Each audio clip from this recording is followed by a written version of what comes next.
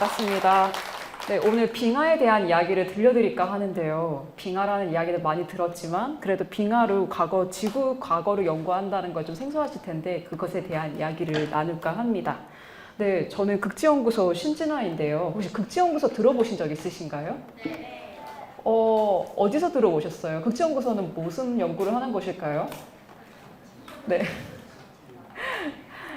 제가 2022년도에 극지연구소에 입소를 해서 연구를 하기 시작했는데요. 그때 한참 코로나 때문에 온라인 강의를 많이 하고 있었어요. 그래서 제가 온라인 강의 들으면서 저 극지연구소에서 일하고 있어요 라고 했더니 다들 저 남극에 계세요? 라고 하시더라고요. 그래서 극지연구소 하면 많이 다들 떠올리시는 게 남극 세종기지를 많이 떠올리시는 것 같아요. 근데 지금 극지연구소는 인천 송도에 연구소가 있고요. 저희가 연구하는 곳은 지구의 극지를 연구를 하는 연구소입니다. 극지라고 하면은 북반구 66.5도 이상에 되는 지역, 그리고 남이 66.5도 이하 되는 지역을 극지라고 하는데요. 극지의 모든 과학을 연구하는 곳이 극지연구소입니다. 특히 제가 연구하는 것은 빙하인데요. 네, 빙하가 남겨놓은 기록에 대한 이야기들을 오늘 좀 이야기해보도록 하겠습니다. 혹시 빙하라는 이야기를 많이 들어보셨을 텐데요. 떠올리는 이미지들이 있나요? 어떤 게 떠오르나요? 얼음. 네. 또 그리고 네. 네, 어떤 게 떠오르세요? 네, 둘리도 떠오르죠. 맞아요. 네. 맞아요. 빙하가 많이 없어지고 있죠. 네. 또 뭐가 떠오르나요? 뭐요? 네, 맞아요. 네, 그런 단어들이 되게 많이 떠오른 단어가 빙하인 것 같아요. 근데 빙하학자인 저는 제가 떠오르는 이미지는 다음과 같습니다. 실제 여기 이 두 개 사진은 제가 직접 찍은 사진인데요. 이거는 북반구 극지역인 그린란드 현장에서 제가 찍었던 사진이고, 이거는 캐나다 로키 산맥에서 현장에 가다가 찍은 사진입니다. 이거는 남극에서 월동대원으로 근무하던 친구가 보내준 사진인데요.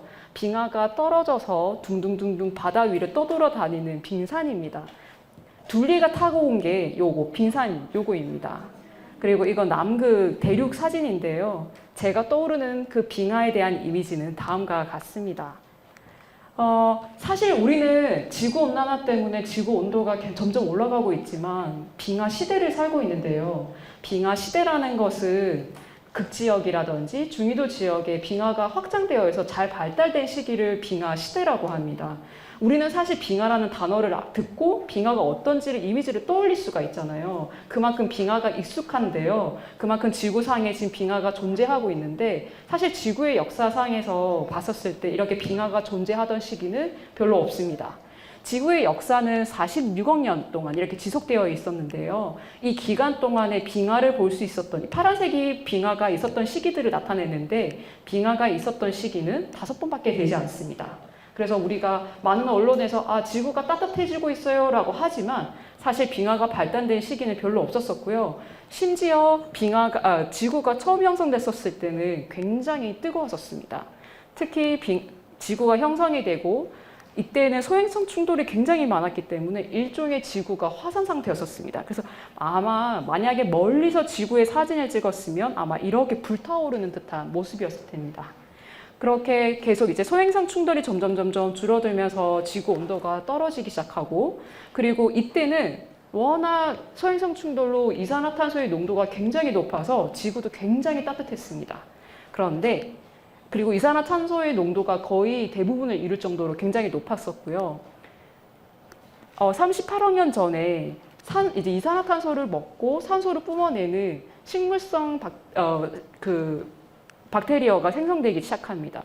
그 친구 덕분에 대기 중 이산화탄소의 농도가 점점 줄어들고 지구가 점점 온도가 떨어지기 시작했습니다. 그 와중에 눈으로 전체적으로 덮였던 시기도 있고요. 지금처럼 이렇게 빙하가 전체적으로 발달되는 시기가 있었습니다. 그래서 사실 지구 온난화라고 하지만 낯설지만 지금은 사실 지구의 역사상으론 추운 빙하 시대를 살고 있습니다.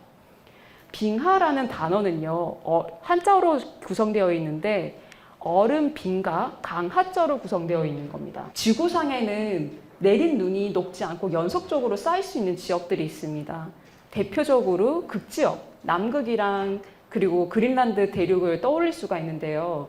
이 지역 같은 경우에는 연중 내내 눈이 내립니다. 우리는 봄, 여름, 가을에는 비가 내리는데 겨울에만 눈이 내리잖아요. 근데 이 지역은 계속 눈이 내리는 지역입니다. 그래서 눈이 내리고 녹지 않은 상태로 연속적으로 계속 내린 채 두껍게 얼음 형태가 되고 그런 것을 빙하라고 하는데요. 아주 두텁게 형성이 되다가 아주 무거우니 중앙부에서 가장자리로 이렇게 흐르게 됩니다.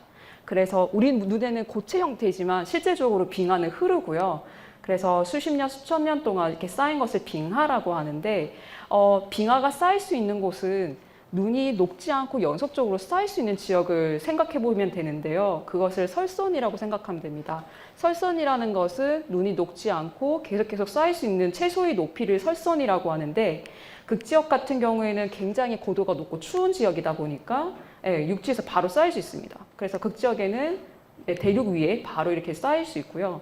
우리가 등산을 하다 보면 점점 추워지잖아요. 그래서 가볍게 입고 갔다 하더라도 올라가면 올라갈수록 두터운 옷을 입어야 되는데 우리가 100m 이렇게 높게 올라가게 되면 0.6도 이하로 떨어지게 됩니다. 그래서 매우 높은 산으로 가도 우리가 또 빙하를 볼 수 있는데요.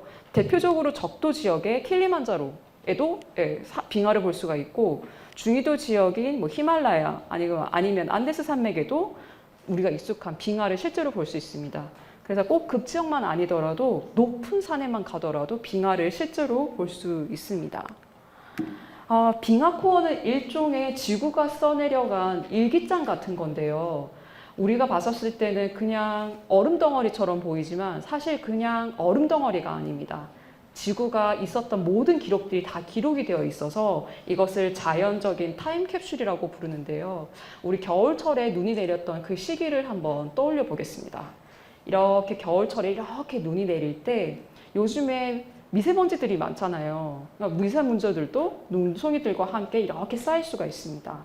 그뿐만 아니라 산불로 인해서 발생된 수덩이라든지 아니면 화산 활동으로 인해서 발생된 그런 화산재 같은 경우도 눈송이들과 함께 이렇게 쌓일 수 있습니다.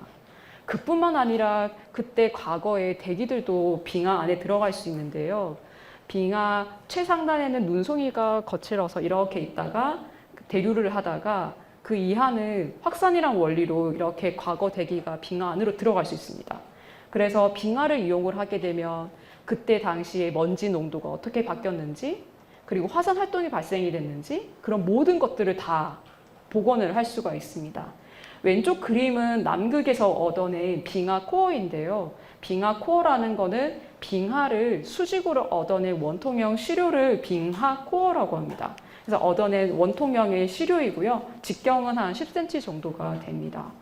이 빙하는 실제적으로 관찰하면 얼음과 굉장히 다른데 오른쪽 그림은 빙하를 얇게 잘라서 관찰한 하나의 모습입니다. 보게 되면 여기 점점점점 이런 게 있죠. 이런 것들이 과거 대기입니다. 그래서 이거를 다 뽑아내서 이용해서 보면 과거 이산화탄소나 온실가스, 메탄이라든지 그런 농도를 복원을 할 수 있고요. 이 얼음을 이용을 해서는 그럼 과거 먼지가 어떤 식으로 변화됐는지 아니면 산불 기록이라든지 그런 모든 자료들을 복원을 할 수 있습니다.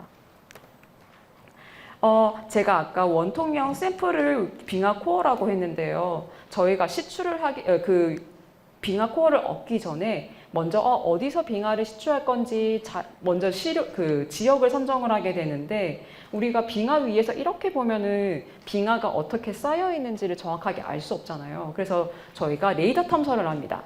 딱 레이더 탐사를 하면 요렇게 그 레이더를 전파를 딱 보내서 돌아오는 신호를 이용을 해서 빙상 아래에 어떤 식으로 형성됐는지를 볼 수가 있는데요. 이 레이더 탐사 자료를 딱 얻으면 이렇게 꼬불꼬불 거리는 하나의 그 눈들이 어떻게 쌓여 있는지를 실제로 볼 수 있습니다. 보고 연속적으로 잘 쌓여 있는 그런 지역들을 선정해서 빙하 시추 지역을 하게 되는데요. 그린란드에서는 최상단에서 최하단까지 얻어내기도 했는데 그린란드 빙하 코어를 이용을 해서는 한 12만 년 정도의 과거 기후 데이터를 복원을 하게 됐고요. 남극 같은 경우에는 굉장히 적설량이 낮고 그리고 굉장히 두터워서 아주 긴 데이터를 복원을 할 수가 있는데 남극 같은 경우에는 80만 년 정도의 기후 데이터를 복원을 할 수 있습니다. 빙하와 관련된 용어들을 한번 살펴보도록 하겠습니다. 그러니까 빙하가 눈이 연속적으로 내리고 다져져서 만든 아주 단단한 얼음을 아주 빙하라고 하면 면적이 5만 제곱킬로미터 이상이 되는 거대한 지역을 빙상이라고 합니다. 그런데 이게 무거워서 아주 높은 곳에서 낮은 곳을 이렇게 빙하가 흐르게 되는데요. 흘러서 빙하가 이렇게 흘러내려서 바다 위에 붕 떠 있기도 합니다. 이것을 빙붕이라고 하고요. 빙하가 흘러내리면서 점점 이렇게 내려가다가 더 이상 못 버티겠어 하고 뚝 하고 떨어지는 것이 빙산입니다. 그래서 우리가 둘리가 빙하 타고 왔다라고 하지만 실제적으로 빙산을 타고 오게 되었습니다. 빙하 코어를 얻을 수 있는 지역은 두 군데가 있는데요. 첫 번째 지역은 그린란드 지역입니다. 그린란드 지역은 북반구 고위도 지역인데요. 이 지역은 이렇게 섬으로 되어 있고 대한민국의 한 10배, 한반도의 한 10배 정도 되는 아주 거대한 섬입니다. 아주 이 섬의 한 80%가 이렇게 빙하로 덮여져 있고요. 평균 두께는 2km 이상이 되고 있고 실제적으로 그린란드의 빙하가 생기기 시작한 것은 300만 년 전부터라고 알려져 있습니다. 그리고 우리가 잘 익숙한 것은 남극 빙하인데요. 남극 빙하는 남극에 위치한데 남이 66.5도 이하에 위치하고 있습니다. 보게 되면 한반도 전체의 62배가 되고 여기 그린란드와 다르게 거의 대부분을 빙하로 다 덮고 있습니다. 그래서 한 98%가 빙하로 덮여 있는데 아주 재미있는 것은 서쪽의 남극과 동쪽의 남극이 조금 차이를 보입니다. 보게 되면 이 중간 사이에 산맥들이 위치하고 있는데 이 산맥에 따라서 아주 다른 양상을 보여주고 있는데 서남극은 좀 적설량이 많고 동남극은 좀 적설량이 좀 작은 지역이고요. 그리고 서남극 같은 경우에는 빙하가 이렇게 흘러내려서 바다 위에 붕 떠 있기도 합니다. 그래서 지구온난화 때문에 빙하가 많이 녹는다라고 하는데 가장 급격하게 녹고 있는 지역이 서남극 지역입니다. 왜냐하면 날씨가 따뜻하니까 빙하가 녹기도 하고 빙하가 바다 위에 떠 있다고 했잖아요. 그러니까 따뜻한 바닷물 때문에 빙하가 녹기도 합니다. 그래서 제일 많이 녹는 지역이 서남극 지역입니다. 남극은 정말 극한 지역인데요. 세상에서 가장 건조하고 추운 지역인데 바람도 셉니다. 그래서 일종의 하얀 사막이라고 부르기도 하고요. 평균 두께는 2km 이상 정도이고 이 남극의 빙하가 생기기 시작한 것은 3천만 년 전부터 형성되기 시작했다고 합니다. 제가 실제로 빙하 현장에 다녀오게 됐는데요. 2022년도에 캐나다 로키 산맥에 한번 갔다 오고 2023년도에는 그린란드 국제 신부 빙하 시추 프로젝트를 통해서 제가 다녀오게 됐습니다. 이거는 제가 딱 현장에 도착하게 되면 보게 되는 하나의 광경이었는데요. 그린란드의 빙하의 거의 정중앙에 들어갔습니다. 여기는 사람이 살지 않는 곳이고요. 과학적인 목적을 위해서 저희가 잠시 임시적으로 들어간 곳이고 사람 살지 않는 곳이라 우리의 목적에 맞게 일종의 작은 마을을 만들어 두었습니다. 그래서 이러한 거대한 건물들도 저희가 지어서 이렇게 설치를 해두었고요. 화장실이든 그리고 우리 먹거리 이런 것들을 모두 다 들고 와서 이렇게 만든 하나의 지역이고요. 실제 이 프로젝트가 시작이 된 거는 2016년 여름부터 시작이 됐고 이 프로젝트가 마무리된 건 2023년도 여름에 마무리됐습니다. 이 프로젝트는 빙하를 시추하겠다라는 프로젝트인데 그린란드에서 빙하의 맨 상단부에서 맨 하단부까지 빙하를 시추하겠다라는 프로젝트입니다. 처음에 시추할 때는 2,550m의 길이의 빙하를 얻겠다라고 목표를 하고 들어갔는데요. 이 지역은 이게 그린란드 지도라고 하면 여기에 딱 위치하고 있습니다. 그래서 거의 정중앙이고요. 여기까지 들어가기 위해서는 여기에 사람이 살지 않는 곳이기 때문에 저희가 여기에서 미군 공군기를 타고 이렇게 들어가서 현장에서 작업을 했었습니다. 해발 고도가 2,720m 정도였는데 굉장히 고도가 높아졌습니다. 그래서 아주 크게 고산병을 느끼지는 않았지만 경미하게 대부분의 사람들이 고산병을 경험을 했고요. 저도 약간 경미한 고산병을 좀 겪게 됐었습니다. 아까 빙하가 흐른다고 했었잖아요. 그래서 캠프에 가게 되면 굉장히 웃긴 표지판이 하나가 있는데 이게 캠프 위치에서 중요 지역까지 얼마큼 떨어져 있는지를 나타내는 하나의 표지판이었습니다. 보게 되면 내년 캠프의 위치를 표시하는 마크가 있었었는데요. 보게 되면 우리 내년에 우리 캠프는 여기서부터 51m 떨어진 곳에 있을 거야 라고 나타나 있었습니다. 그래서 그만큼 빙하가 흐르고 있었고요. 그래서 거의 한 일주일에 1m 정도씩은 계속 흐르고 있었어요. 근데 사실 사람이 느낄 정도는 아니고, 왜냐하면 저희가 빙하 위에서 저희가 같이 움직이다 보니까 저희가 그 정도를 느낄 수 있는 수준은 아니었었습니다. 네, 저희가 시료를 얻는 방법은 여러 가지 방법이 있는데 최상단의 경우는 직접 눈을 이렇게 파서 일일이 저희가 샘플을 얻어내는 방식으로 진행이 됐는데요. 이 깊이는 한 2.5m 정도로 저희가 아주 깊은 방을 파서 삽으로 두 명이서 이렇게 쭉 파냈습니다. 파낸 다음에 이렇게 보이는 샘플 케이스를 이용을 해서 최상단부터 계속 박아 넣어서 샘플을 얻어내는 형태로 진행이 됐는데요.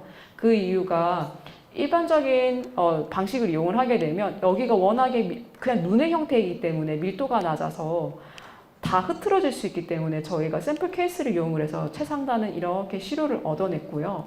그 말고 빙상에 한 10m 정도의 경우는 이런 하나의 작은 그 시추 기기를 이용을 해서 시추를 하게 됐습니다. 저희가 현장에서 얻었던 것은 이러한 시추 기기를 이용을 했는데요. 이 길이가 한 2,500m 된다고 했잖아요. 그래서 2,500m 되는 것을 한 번에 뽑아내는 것은 아니고 한 1m에서 한 3m 정도의 그 빙하를 계속 뽑아내는 형식으로 진행됐습니다. 그래서 이게 시추기기인데 이 시추기기를 빙상 아래로 한 1,000번 이상 아래로 넣었다 뺐다 하면서 빙하를 시추를 하게 되었습니다. 이게 원통형 시추기기인데요. 여기 시추기기의 앞에 보면 칼날이 달려 있는데 이 시추기기가 물리적으로 이렇게 돌면서 칼날이 빙하를 파쇄하는 형태로, 물리적으로 파쇄하는 형태로 들어가고요. 이렇게 파쇄하다 보면 빙하가 이 안으로 쑥 하고 들어가게 됩니다. 네. 그래서 최종적으로 저희가 현장에서 최상단에서 최하단까지 얻어보니 한 2,670m 길이의 빙하를 시추를 했고요. 시추를 끝냈었을 때 알 수 있는 방법은 암석 덩어리입니다. 그러니까 덩어리를 통해서 알 수 있는데요. 빙하가 존재하는 거는 육지 위에 이렇게 형성이 되어 있는 것이다 보니까 빙하를 계속 시추하고 맨 끝단에는 그 빙하의 맨 하단인 그 육지의 암석 덩어리가 딸려오게 됩니다. 제가 실제로 이거 본 거는 아니고 지난 시추 현장에서 딸려온 암석 덩어리를 보여주셨더라고요. 그래서 이렇게 보였고 이번 현장에서는 아주 진흙탕이 이렇게 깔려왔다고 합니다. 그래서 마지막 빙하 코어를 딱 시추한 모습인데요. 딱 시추하고 났더니 시추 전문가들의 신발에 아주 엄청난 그 진흙이 이렇게 묻어났다고 합니다. 그래서 2023년도에 2,670m 길이의 빙하 시추를 성공하게 됐고요. 이 프로젝트는 덴마크를 주도를 해서 12개국의 참여로 진행이 됐었고 대한민국도 이것에 참여를 하게 됐었습니다. 이걸로 과거에 우리 기후 데이터들을 복원을 할 수가 있는데요. 오늘은 이 중요한 것 중에서 이산화탄소에 대한 이야기를 나눠볼까 합니다. 대기 중 이산화탄소의 농도는 얼마 정도일까요? 우리 많은 언론에서 이산화탄소의 농도가 많이 높아지고 있다고 하는데 혹시 아시는 분 계시나요? 맞아요. 그거는 사실 퍼센테이지고 정확하게는 42.4.6 ppm이라고 합니다.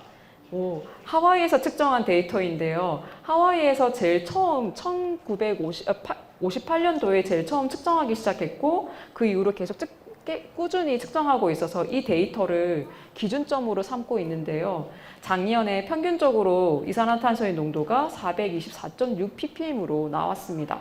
근데 이 데이터가 굉장히 의미하는 거는 공기 분자 100만 개를 딱 잡았었을 때 이산화탄소의 개수가 424개라는 의미거든요. 근데 이게 너무 그 숫자가 크니까 한번 좀 쉬운 단위로 하게 되면 대기 중 이산화탄소의 평균 비중은 0.04%라는 겁니다. 그래서 우리가 이산화탄소의 농도가 굉장히 높아지고 있다라고 하지만 실질적으로 대기 중 이산화탄소의 평균 비중은 사실 그렇게 높은 편은 아닙니다. 근데 그리고 이산화탄소는 사실 우리에게 굉장히 이로운 존재인데요. 우리가 이산화탄소의 농도가 높아져서 지구가 따뜻해지고 있어서 이산화탄소를 다 없애고 싶어 하는 마음이 굉장히 큰데요. 사실은 이산화탄소 덕분에 우리가 굉장히 따뜻하게 살 수 있습니다. 이를 바로 온실 효과라고 하는데요. 일단 지구 밖에서 외부 에너지인 태양 에너지가 지구로 이렇게 들어오게 됩니다. 이때 단파의 형태로 들어오게 돼서 이때는 온실기체가 다 이게 통과시키고요. 그 반대로 태양 복사 에너지가 다시 지구 밖으로 이렇게 딱 이렇게 나가게 되는데 이때는 장파의 형태로 나가게 됩니다. 이때 온실기체가 너 나가지 마. 장파의 형태에 있는 에너지들을 다시 붙잡게 되면서 나가지 말라고 하게 되는데 그러면서 지구의 평균 온도를 영상 15도 정도를 유지할 수 있게 됩니다. 사실 이산화탄소의 농도를 다 없애버리게 되면 지구 평균 온도가 한 영하 18도로 굉장히 추웠을 겁니다. 사실 굉장히 도움이 되는데 문제는 이산화탄소의 농도가 높아져서 지구 평균 온도를 높이는 것이 가장 큰 문제입니다. 이게 지구상에서 가장 긴 이산화탄소 데이터인데요. 이게 보시게 되면 측정했던 당시 1958년도에는 315ppm이었는데 꾸준히 이렇게 증가해서 지금은 이산화탄소의 농도가 424.6ppm이 됐습니다. 그래서 많은 언론에서 이 자료를 계속 보여주면서 인류 활동으로 인해서 이산화탄소의 농도가 증가하고 있다라고 합니다. 그런데 사실 증가하고 있냐라고 했었을 때 사실 좀 대답하기가 애매한데요. 왜냐하면 자연적으로 이산화탄소의 농도가 변화할 수 있기 때문입니다. 그리고 잘 알듯이 광합성을 통해서 식물이 광합성을 통해서 대기 중 이산화탄소를 낮출 수 있잖아요. 그런 것처럼 대기 중의 농도는 계속 자연적으로도 바뀔 수가 있는데요. 이산화탄소가 존재할 수 있는 건 지구상에 4개의 방이 이렇게 있습니다. 그래서 우리가 대기 중 이산화탄소다라고 하는 것은 여기 대기, 그리고 육상생물권, 그리고 바다, 그리고 직권 이렇게 있는데요. 그래서 우리가 알고 있는 대기 중 이산화탄소는 이산화탄소로 형태로 있는데 그건 결국은 이제 탄소 형태로 있는 거고 탄소가 조장될 수 있는 곳은 다음과 같이 4가지의 방으로 존재하고 있습니다. 근데 그래서 대기 중 이산화탄소라는 거는 대기랑 바다랑도 반응을 하고 대기랑 육지랑도 반응하고 대기랑 땅이랑도 이렇게 같이 반응을 하는 결과물인데요. 근데 이 반응하는 속도가 굉장히 다릅니다. 예를 들면 광합성이라든지 그런 것들은 굉장히 빨리 발생이 되지만 예를 들면 아까 바다에서도 CO2, 탄소를 보관할 수 있다고 했었잖아요. 탄소가 보관이 돼서 심해에 보관될 수 있는데 심해가 어떻게 바뀌는지에 따라서도 대기 중에 이산화탄소가 바뀔 수가 있는데 심해는 굉장히 천천히 움직입니다. 그래서 천천히 움직이고 하게 됩니다. 그래서 인류 활동의 영향을 정말 증가했냐라고 한다고 하는 그 질문에 대해서는 그럴 수도 있고 그리고 아닐 수도 있습니다. 왜냐하면 정말 이렇게 증가하는 거는 인류 영향 때문이기도 하지만 자연적으로도 높아지고 낮아질 수도 있기 때문에 이걸로서는 굉장히 데이터로서는 한정적인 결과입니다. 그리고 인류 활동으로 정말 이산화탄소가 급격히 증가했냐라는 질문을 또 할 수가 있는데요. 급격히 증가했는지에 대해서 알기 위해서는 저희가 기울기를 그려볼 수 있습니다. 기울기가 굉장히 가파르게 되면 굉장히 급격하게 증가했다라고 알 수가 있는데요. 보게 되면 측정 초기 단계에는 굉장히 완만했다가 나중에 굉장히 높아지는 것을 볼 수 있습니다.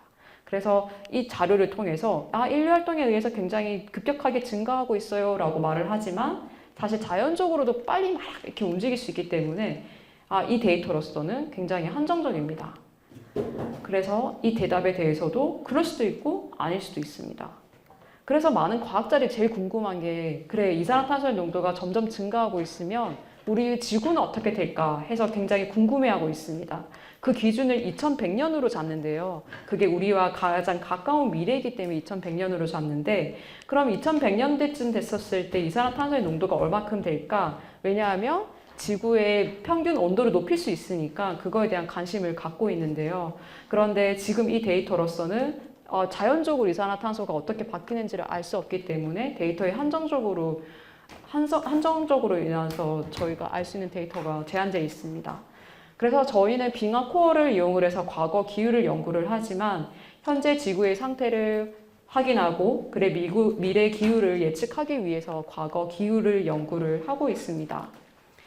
사실 빙하 코어를 이용을 해서 대기 중 이산화탄소 농도 복원을 하게 된 것은 위스키 한 잔 때문이었었습니다.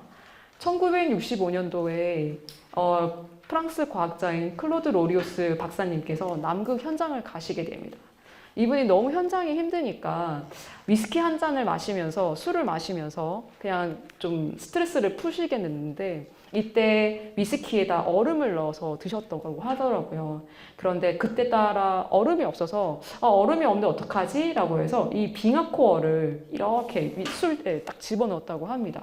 근데 딱 술에 집어넣었더니 얼음과 다르게 공기방울들이 뿜어 나오는 거를 보고 얼음이랑 다른데 뭐지? 하면서 여기에 그런 빙하에 과거 공기가 있나 보다라고 아이디어를 얻게 됐고 그 이후로 실제로 실험실에 들어가서 빙하 안에 있는 공기를 뽑아내는 기술을 공부하기 시작합니다. 그 결과 과거 이산화탄소 데이터를 실제로 복원을 할 수 있게 됐습니다. 실제로 빙하 코어에는 과거 기체가 이렇게 담겨 있는데요. 이거는 빙하 코어에 아까 보여드린 사진인데 빙하 코어의 표면에 이렇게 공기방울들이 이렇게 들어가 있습니다. 들어갈 수 있는 거는 이거는 왼쪽에 보이는 거는 빈상에 어떻게 공기가 들어가는지를 보여주는 모습인데요. 보게 되면 최상단은 눈이기 때문에 공간 사이가 있어서 대기가 이렇게 순환하다가 이렇게 확산이란 원리로 이렇게 공기가 이렇게 쑥 들어가게 됩니다. 그래서 빙하의 한 50m 이하에는 과거 대기가 이렇게 포집할 수 있습니다. 그래서 빙하 코어에 50m 이상은 사실 공기가 없고요. 그 아래는 빙하 코어에 과거 대기가 들어가 있습니다. 그래서 이걸 이용하면 과거에 우리가 살지 않았던 시기에 이산화탄소의 데이터를 복원을 할 수 있습니다. 그래서 지금까지 빙하 코어를 이용해서 많은 과학자들이 80만 년 동안의 과거의 이산화탄소의 농도가 어떻게 변화되는지를 보여주는 데이터를 복원을 하게 됐는데요. 맨 위의 그림은 대기 중 이산화탄소의 농도를 복원한 자료이고 아래쪽은 남극에서 온도가 어떻게 변화됐는지를 보여주는 자료입니다. 보게 되면 남극에 보면 이산화탄소의 농도가 180ppm에서 280ppm을 왔다 갔다 한 것을 알 수 있습니다. 그러니까 인류가 영향이 없었을 때 일종의 하나의 일종의 한계선을 가지고 이렇게 이산화탄소의 농도가 바뀐 걸 알 수 있는데요. 그런데 오늘날의 이산화탄소는 424ppm이라고 했잖아요. 그래서 과거랑 인류가 살지 않았던 그 시기랑 비교를 해보니 엄청나게 이게 차이가 나는 것을 볼 수 있었고 이 자료를 통해서 인류 활동에 의해서 이산화탄소의 농도가 급격히 증가됨을 알 수 있게 됐습니다. 그뿐만 아니라 아까 기울기를 보게 되면 얼마나 급격하게 증가되는지를 알 수 있다고 했잖아요. 그래서 과거에 급격히 증가했던 시기를 기울기를 한번 그려보았습니다. 이렇게 그려보니 그래도 지금에 비해서는 약간 비스듬하게 흘러져 있는 걸 볼 수 있는데요. 보게 되면 지금은 정말 거의 90도로 급격하게 증가되고 있는 것을 볼 수 있습니다. 그래서 과거 자료를 딱 비교해 보면 지금이 얼마나 심각한지를 알 수 있게 됐습니다. 그래서 인류 영향으로 인해서 지금 대기 중 이산화탄소의 농도가 급격하게 증가하고 있습니다. 그래서 많은 과학자들이 그러면 2100년도에 지구 평균 온도가 어떻게 될지 궁금해서 계속 미래 시나리오를 그리기 시작했습니다. 그 기준은 그래서 지구 평균 온도를 1850년도에서 1900년도 이 지구 온도 평균을 기준으로 해서 얼마나 올라가고 있는지를 이렇게 계산을 해보았는데요. 보면은 산업혁명 이전에 비해서 지구 평균 온도가 벌써 거의 한 1도씨 이상 상승하고 했고요. 그래서 그러면 지금부터 2100년도까지는 얼마큼 상승할까 해서 많은 시나리오들을 그렸는데 지금 너무 심각하니 우리 절대 쓰지 마. 지금부터 절대 쓰지 말자라고 하면 한 1도씨에서 2도씨 정도로 머물 거라고 보고 있고요. 아니야. 진짜 우리 그 미래 생각하지 말고 우리 지금처럼 열심히 쓰자라고 하면 한 4.4도 정도로 상승할 거라고 보고 있어요. 근데 많은 과학자들이 그래도 우리가 지금 심각성을 알고 노력을 하고 있으니까 그래도 3도씨, 4도씨 사이에서 머물지 않겠냐라고 지금 하고 있습니다. 그래서 이 데이터를 보게 되면 그러면 이렇게 암울한데 우리가 지금 노력할 필요가 있나? 라고 생각하지만 사실 이거는 어떻게 될까라고 했었을 때의 시나리오이고요. 결정된 건 아닙니다. 우리의 노력에 따라서 지구 평균 온도가 변하지 않을 수도 있고요. 반대로 우리 그런 거 신경 안 써 하면 지구가 점점 뜨겁게 될 것입니다. 그것은 저희의 노력에 달려 있습니다. 그래서 이 기후변화 때문에 지금 심각한 건 단순히 온도 상승 때문은 아니고요. 우리가 경험할 수 있는 거는 아주 극심한 여름과 그리고 굉장한 폭우, 그리고 가뭄, 산불, 그리고 해양이 점점점 산성화가 될 수가 있는데요. 간단하게 이것들을 좀 설명을 해드리자면 우리가 굉장히 뜨거우니까 급격하게 수증기가 이게 증발하게 되잖아요. 그럼 이 증발한 수증기가 다른 지역에 가서는 이게 비의 형태로 뿌려지게 됩니다. 그러면은 이게 폭우가 되고 증발된 지역에서는 극심한 가뭄이 발생이 될 수 있는 거예요.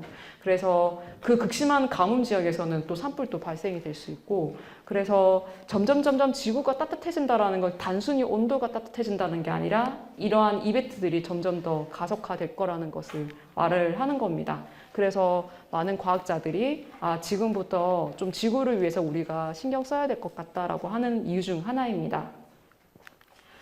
제가 현장에서도 기후변화의 흔적을 볼 수가 있었는데요. 제가 간 현장은 본래 여름에도 영하로 굉장히 추운 지역입니다. 그래서 굉장히 두터운 피복을 입고 돌아다녔었는데요. 하루는 굉장히 따뜻했던 일을 경험하게 됐습니다.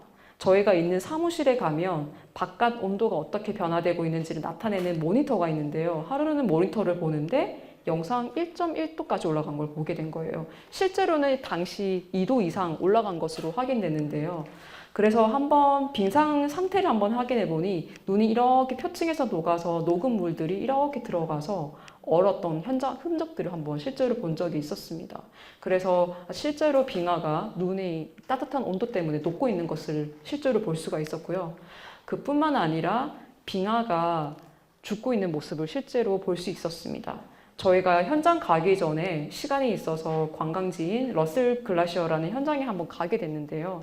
본래 빙하는 생성이 되고 그리고 무겁기 때문에 가벼운 지역을 이렇게 이동하게 되면서 빙하의 가장자리 지역에서는 본래 빙하가 없어지는 것이 당연하거든요. 그래서 빙하가 깨지고 없어지기도 하는데 실질적으로 이렇게 거대한 현장에서 이렇게 빙하가 쑥 하고 사라지는 것을 볼 수 있었고, 제가 이걸 본 다음에 사무실에 돌아갔더니 이 똑같은 지역에서 20년 전의 사진을 볼 수 있었거든요. 그랬더니 지금과 비교하면 한 사진상으로 봤었을 때 한 2배 정도의 크기 변화가 실제로 눈으로 볼 수 있었습니다. 그래서 기후 변화가 그린란드에서도 굉장히 심각하게 펼쳐져 있는 것을 볼 수 있었습니다. 네, 발표 들어주셔서 감사합니다. 네. 네, 그럼 지금부터 이제 박사님과 질의응답 답변을 한번 해보도록 하겠습니다. 혹시 질문 있으신 분들은 저희 강연 자료 뒤에 있는 패들렛에 접속하셔가지고 질문 남겨주시면 되고요. 지금 어떤 질문들이 올라왔나 한번 살펴보도록 하겠습니다. 지구의 일부인 극지방의 빙하 코어만으로 어떻게 과거 지구 전체의 환경과 기후 등을 파악하는데 그게 가능한지 무리가 있지 않나 하는 생각이 들었거든요. 일단 이산화탄소 농도 같은 경우에는 일단 이산화탄소가 1년 미만이라는 기간 내에 전 지구적으로 잘 혼합되기 때문에 남극 빙하코어로 충분히 가능하고요. 대표성을 가지고 있는데 맞아요. 그 기온 변화 같은 경우에는 예를 들면 저희가 남극 빙하코어로 얻은 데이터 같은 경우에는 남극만 알 수 있고, 그래서 남극 같은 경우도 많은 빙하코어를 얻어서 온도 복원을 하고요. 그뿐만 아니라 빙하코어 말고 해양태적물이라든지 아니면 호수태적물 같은 걸로도 과거 온도 자료를 복원할 수 있습니다. 그래서 그것들을 다 모아서 통계 처리를 이용해서 전 지구적인 온도 변화를 추정합니다. 네. 남극 얼음이 전부 녹으면 우리나라는 잠기나요? 그린란드 빙하코어가 다 녹으면 해수면이 7m 상승하고요. 남극 빙하가 다 녹으면 57m가 상승하거든요. 그래서 좀 서울의 대부분이 잠기는 것으로 알고 있습니다. 우리나라가 전부는 잠기는 건 아니고요. 일부 지역이 잠기는데 아마 서울이 좀 잠길 것 같아요. 빙하를 시추할 때 보통 몇 분 정도 걸리나요?